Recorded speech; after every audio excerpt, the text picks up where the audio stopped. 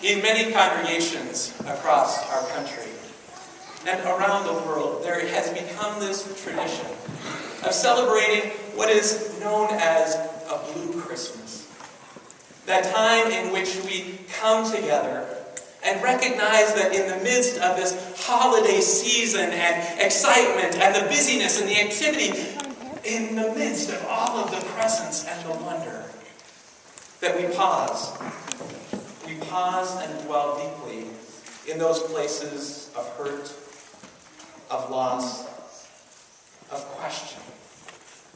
We pause and we sit together, holding close all of who we are as incarnate beings. We don't lose sight that in the midst of the celebration and this Christ who comes among us, that there are still those great longings and those deep pains.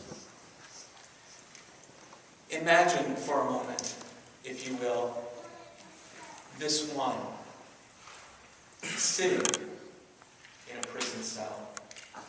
Imagine this one who has given his life to God, saying that there in the midst of all that is going on, he is going to proclaim a word of hope, a word of turning around for the people, for the culture, for the world. That he has gone out to the river and said, "Come here and hear what our God is doing. Turn around and dwell richly in what it means to experience God's grace and promise." He's lived simply, environmentally friendly, we might say. He has gone and he has chastised the government, protested in his own right. He has spoken out against religious leaders who have been abusive, bringing lawsuits, some might say. And where has it gotten him? Here. A prison cell where he sits and wonders, is this really what my life is about? Is this really what God has called me to do? And now to sit here and to wonder, was it worth it? So very gently, yet with a firm voice, he calls his disciples and says, "Would you go talk to Jesus? Would you ask him if he is really the Messiah? Is he the one that we have been waiting for? Is he the one who is going to change our lives as a people, as a society? Is he the one who is going to give meaning to what I've been doing? Is he going to give meaning to who we are and yet can be?" And the disciples go. They go from that prison cell out to Jesus. And they ask him, as John's disciples, we are just wondering.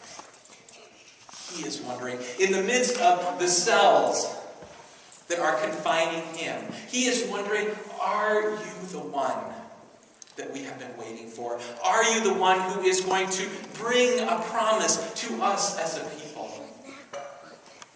Jesus, are you the Messiah? Now, Jesus is never one, as we come to know, for giving a straight answer or an easy way through the question. Rather, Jesus looks at these disciples of John and says, "What do you see? What do you see happening here today? What do you see happening in my ministry? The blind, they're going away with sight.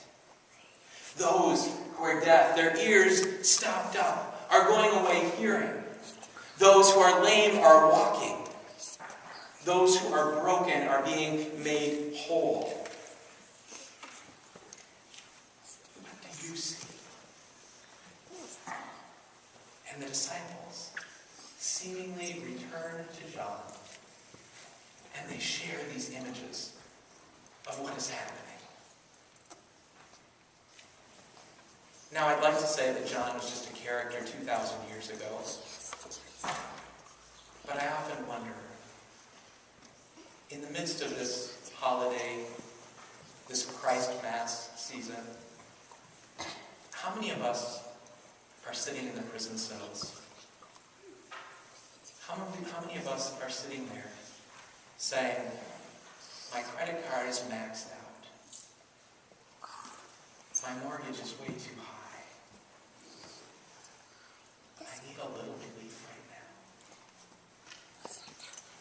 How many are saying, I've lost someone I love? A mother, a grandmother, a spouse, a child. And Jesus, are you really the one that we're to put our hope in? How many people are in cells of depression or anxiety? How many are struggling within the prison walls of broken hearts, of wounded body? How many are sitting, waiting and wondering, and saying, God, where are you today? Are you really here?